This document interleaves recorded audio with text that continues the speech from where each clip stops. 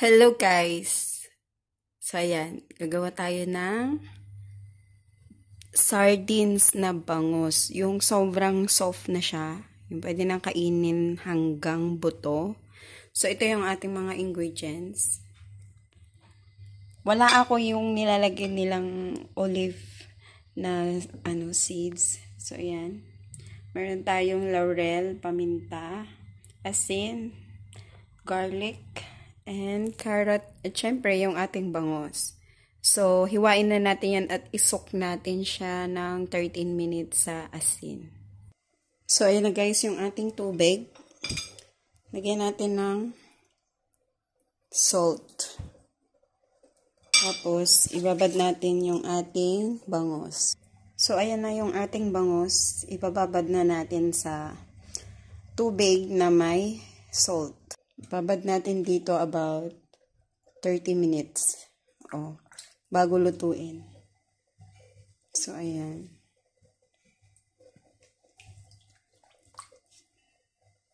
Sok natin ng 30 minutes. Ayan guys, tapos na. Haanguin na natin.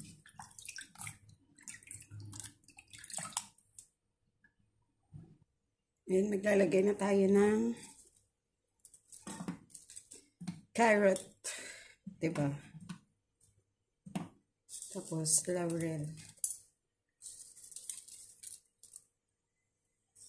Tapos paminta.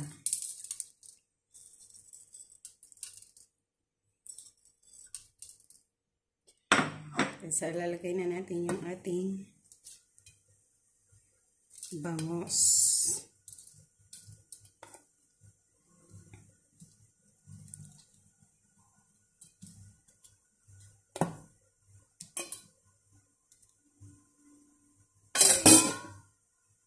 Maglalagay din tayo syempre ng ating bawang.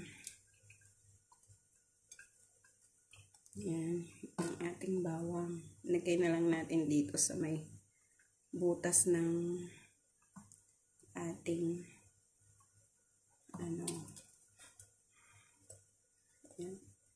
Lagay na din natin lahat. Meron pa akong yan.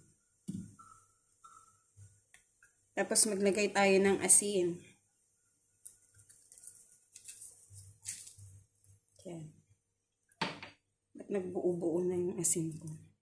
So, ilagay na natin lahat yung laurel at paminta. Ayan. Maglalagay din tayo ng, syempre, ang importante, olive oil. Yan.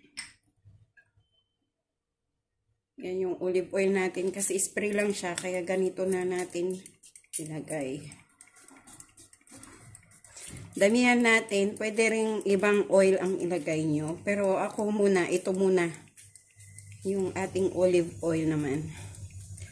Kung wala kayong pambili kasi nga mahal nga ito, pang-pour lang to na luto. Pang-pour. Pang mahirap lang na luto. Ayan. Tapos, lalagyan ko ng, syempre, ang ating oyster sauce. Yan. Yan, maglagay tayo ng oyster sauce. Lagyan natin siguro ng, yan, isang or dalawa. Ayan.